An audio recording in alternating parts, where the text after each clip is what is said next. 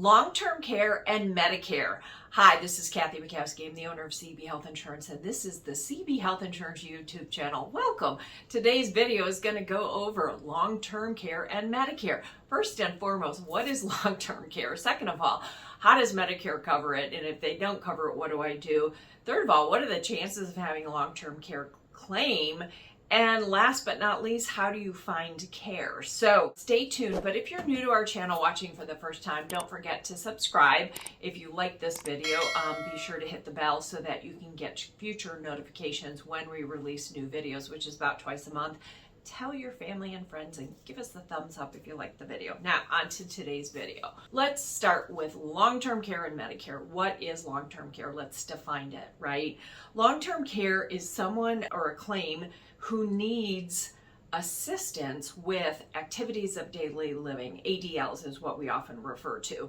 So that can be bathing, eating, transferring, dressing, grooming, feeding yourself. And this could be because, one, you had something happen to you, such as a stroke, and now you need help rehabbing, or it could be because you have a permanent disability and you need help for the rest of your life. Now, there's a couple ways to receive care. Sometimes it's in the hospital, like I said, after a stroke or something like that, or it's inpatient. They could release you from the hospital and send you to what we call a skilled nursing facility, skilled care, and that's a long-term care claim. But you can also receive care in your home. And so the next question is, how does Medicare pay for this, or does Medicare cover this at all? Well, they do, but it's limited, okay? So let's first talk about that inpatient, Part A. So after a 3-day hospital stay, and this is a qualifying factor here, when you're released from the hospital and sent to skilled care, which is typically rehab, right? It could be after a stroke, it could be after a hospitalization. They're going to kick you out of the hospital, but they're not sending you home because you're not well enough. And you're going to go to a skilled nursing facility. Medicare is going to pay up to 100 days, okay? The first 20 days is paid at 100%. After that, there's a copayment per day. And if you have a supplement, it picks it up. But 100 days is the max. That's all you get. After that, Medicare doesn't pay. Here's the other thing. It has to be medically necessary, skilled care, and you have to be getting better. So the 100 days is not guaranteed. I always use my dad as an example. He had dementia. He fell. And the last time he was hospitalized, he ended up in skilled care. He wasn't getting better. We had him there for maybe 30 days. And they finally said, no, he's got to go to the nursing home. He couldn't go back home. He couldn't walk at that point, so he needed 24-hour care. But that's an example of going to skilled care after hospitalization. Medicare will pay up to 100 days, not guaranteed. The second situation is home health care. And if you look at the Medicare and You guide, which I often reference, it will show you, and also on a Medicare supplement, it shows what Medicare pays. It says that Medicare pays medically necessary skilled care. So let's define this. Again, once you've had a hospitalization, or for example, you had a stroke and you need care, it's medically necessary to get better. They can, under certain circumstances, send somebody to your home. It does have to be skilled care, meaning it can't be a home health care aide, somebody that just comes to help you with activities of daily living. It has to be a nurse, a skilled care worker. Second of all, it's very limited. It's for getting better. And if there's not progress, medically necessary, then you're not going to get it. So for example, if somebody needs care because they do have dementia, it's a permanent situation, and they're not getting better, and you bring in home health care to help that dementia person, either through the spouse or the kids hire somebody for mom and dad, that is not covered by Medicare. So if Medicare doesn't pay, what are your options? Well, one is self-pay, right? And so you can pay out of your own assets or your income. The second thing you can do is spend down your assets and qualify for Medicaid. And the laws all vary by state, depending on what state you're in. Some people hire Medicaid planning attorneys. There are federal laws. You can't just hide your assets to qualify for Medicaid. In the state that I'm in, state of Illinois, there was an article a year or two ago that our governor was giving more to Medicaid facilities because 70 to 80% of residents that were living in the state of Illinois that were residents of a nursing home were on Medicaid. So the vast majority of nursing home residents are paid by the government, but you have to be below a certain poverty line. So that's the second way to pay. The third is so self-pay. You can qualify for Medicaid. You know, if you have a lot of assets, you have to deplete your assets first. The third way is to transfer the risk, either long-term care policy or some sort of alternative. Now, this video is not designed to talk about those things and how you solve them. It's more to talk about, does Medicare cover this and how is it covered? Now, what are, some of you will say, well, if Medicare doesn't pay, I'm just gonna wing it because what are the chances of me needing long-term care? Well, actually, they're really high. So 7 out of 10 people require long-term care in their lifetime. 75% of couples over age 65 have a long-term care claim of 90 days or longer. Remember, Medicare is only going to pay up to 100 days, and that's not guaranteed inpatient. So today's biggest problem, honestly, is dementia and Alzheimer's. Okay, what is dementia? Alzheimer's is one of the most common forms of dementia. Dementia is a cognitive impairment. It's a decline in your memory, in your reasoning, in your thinking skills, right? You can no longer work the computer. You forget to take your medications and you need help.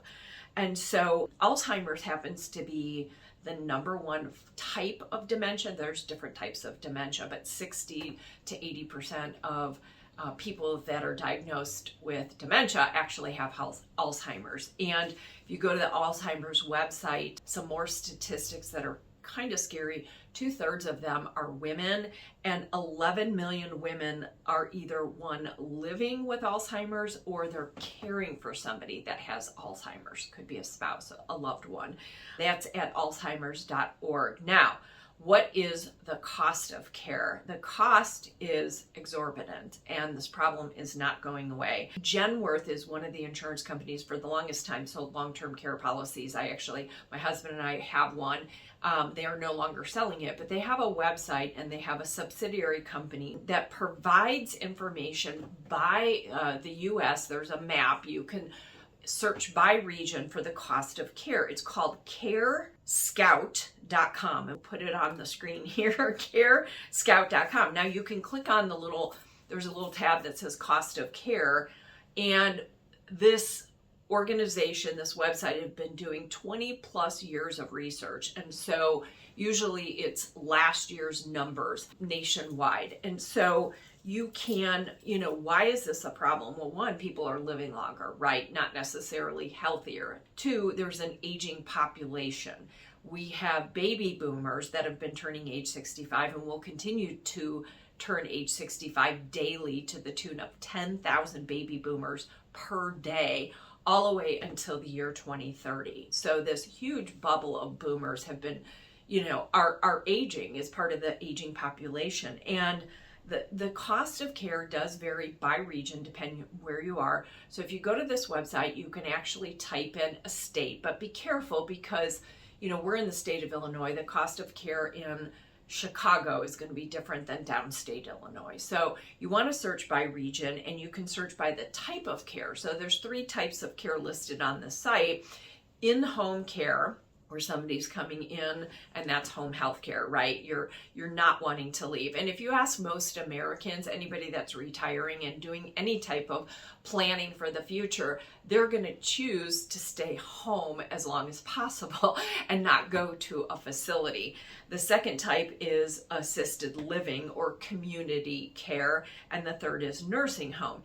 And, we talked about Alzheimer's a minute ago, and my mom was diagnosed with that. And, while most people want to stay home as long as possible, there comes a point in time when people need 24-hour care. My mom was living with my sister. We had her on a waiting list to get her into a memory care in Illinois, but she went to visit my sister in another state, did not do well. We were bringing them home health care, and then we had to do the search for a memory care there because she would wander in the middle of the night. She'd wander out of the house. They had to put locks on the house. They have a pool. I mean, there's all kinds of issues, and it requires 24-hour care, and that it can be exhausting for the caregiver. So how to find care. This is another thing that's really difficult. And granted, when you're in the hospital, they do have social workers, and usually they give you a list and say, here, call these 3 skilled nursing facilities and see where you want us to ship her, ship your mom or dad or loved one.